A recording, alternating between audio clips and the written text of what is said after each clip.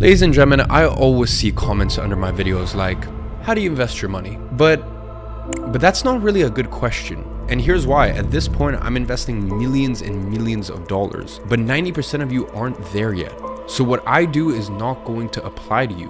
But since you guys are curious, and I find this to be a rather interesting topic, I decided that today I'm gonna share how I would invest $1,000 if I wasn't a multimillionaire. And I wanna promise you one thing, that by the end of this video, you will know how to turn 1,000 into 10,000 or even $100,000 in 365 days or less. And yes, I'm aware that that's a massive claim, but I don't expect you to take my word for it. What you're about to watch is exactly what we teach inside of Digital Launchpad. And we get results like this every single day because it just works. So without further ado, let's get into it. Here is the first thing you need to know. There are two main types of investing, offense and defense. You can think of it kind of like a football match. If you are losing, you need to go on offense mode.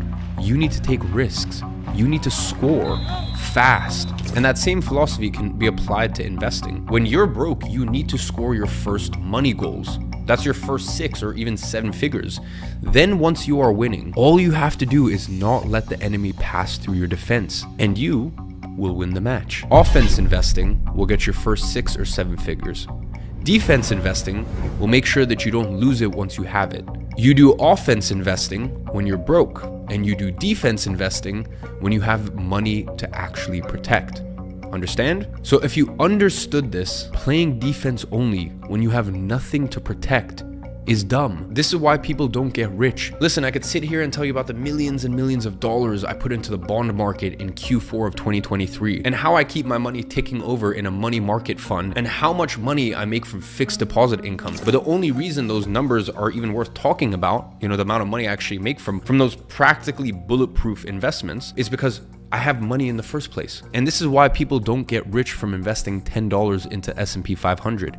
That is a defense move. Now listen, don't get me wrong. I still think you should put small amounts of money into defense plays, but not because you're trying to protect your wealth, but because you need to exercise the investing muscle. I can honestly say that one of my biggest regrets was not taking investing seriously until my 3rd year of $1 million plus income. And that's because when I was younger, I didn't exercise that investing muscle. Even if it was just $10 a day, at least I would have reference experience and I would understand how to do it, and it wouldn't seem like such a daunting task. Investing doesn't need to be a daunting task. It's actually rather simple, but get started with small sums of money. Remember, you're not trying to make money here in this first stage. You are simply just reinforcing the habit of saving for the future, which is a different thing. But just to make this abundantly clear, let's actually run the numbers. If you had invested $1,000 into the S&P 500 5 years ago, and by the way, the S&P 500 has done incredibly well over the last 5 years. Obviously, we've had a lot of macro conditions where this is not normal. The government doesn't print 40% of the world's money supply in a few-year window. So I seriously doubt you're not going to find these sort of results for a long time.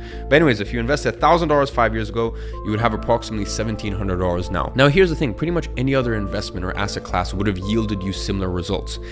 And that's not bad at all. These kind of returns in a 5-year window are amazing.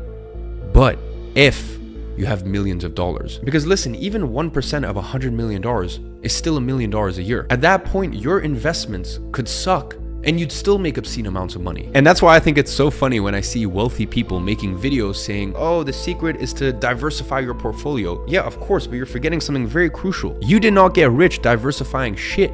You got rich because you went all in on one thing, and then you branched out your investments as a means to protect your wealth and as a way to have uncorrelated assets, so that way if one market wasn't doing well, maybe another market was doing well. So these are all things you learn as time goes on and you actually have money to manage. This is all stuff that you guys are going to find out as time goes on, but earlier in your stage, this advice does not apply to you. Now, listen, I'm sure that these people mean well, but to be honest, these videos do more harm than good. There's no such thing as universal advice. Advice needs to meet you where you're at your current career stage. Because listen, the average guy watches them and thinks, oh, this is how I'm gonna get rich. No, that is how you stay rich and multiply your wealth. But this is what you do after you have money to play with in the first place. But if you implemented that strategy as an average guy starting out without hundreds of thousands or millions of dollars to deploy, tough luck. It is going to take you forever to get to your goals. In my opinion, you might as well torch that money on experiences. That way, at least you have some stories to tell when you're older. Diversification and long-term investments take way too long to create life-changing results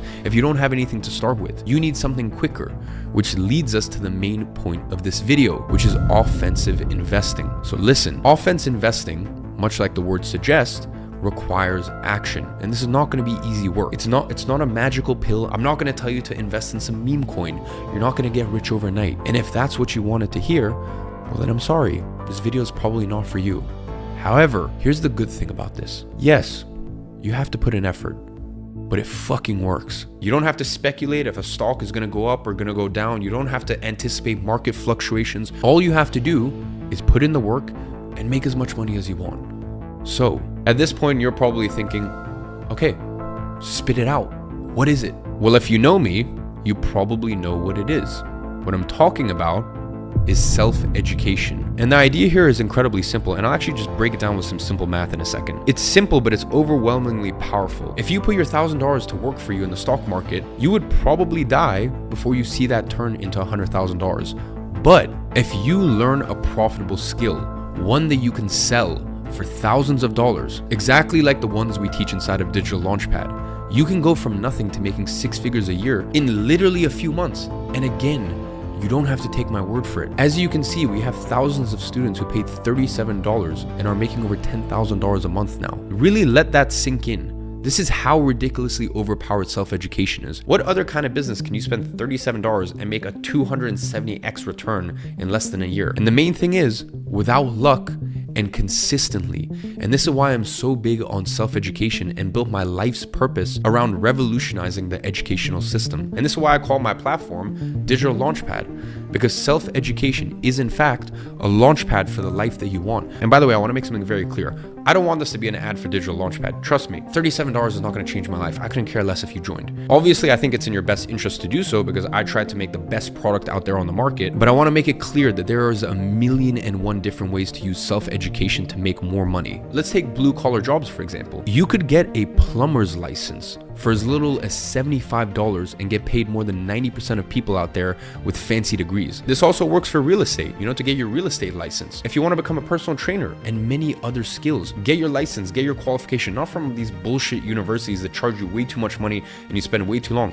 With most tangible skills out there, you can get the qualifications and the certificate or even just the self-education if it's online programs in just a couple of weeks, even a couple months, and you are off to the races. In my opinion, this is great and all. And by this point in the video, you should have zero doubt in your mind that self-education is the best path to start making real money, especially as a young guy in your early 20s. But just in case you're not convinced, stay with me for a second, because this right here is what makes self-education incomparably superior to anything else on the face of the earth. Well, people love talking about the compounding effects of investing. I mean, you probably saw those videos explaining how if you invest a certain amount and then about every 7 years it keeps doubling again and again, then after a while it's an insane amount of money and everyone wants to reference Warren Buffett and all this stuff. I get it. Listen, it does work. This is true. I mean, Einstein said it himself.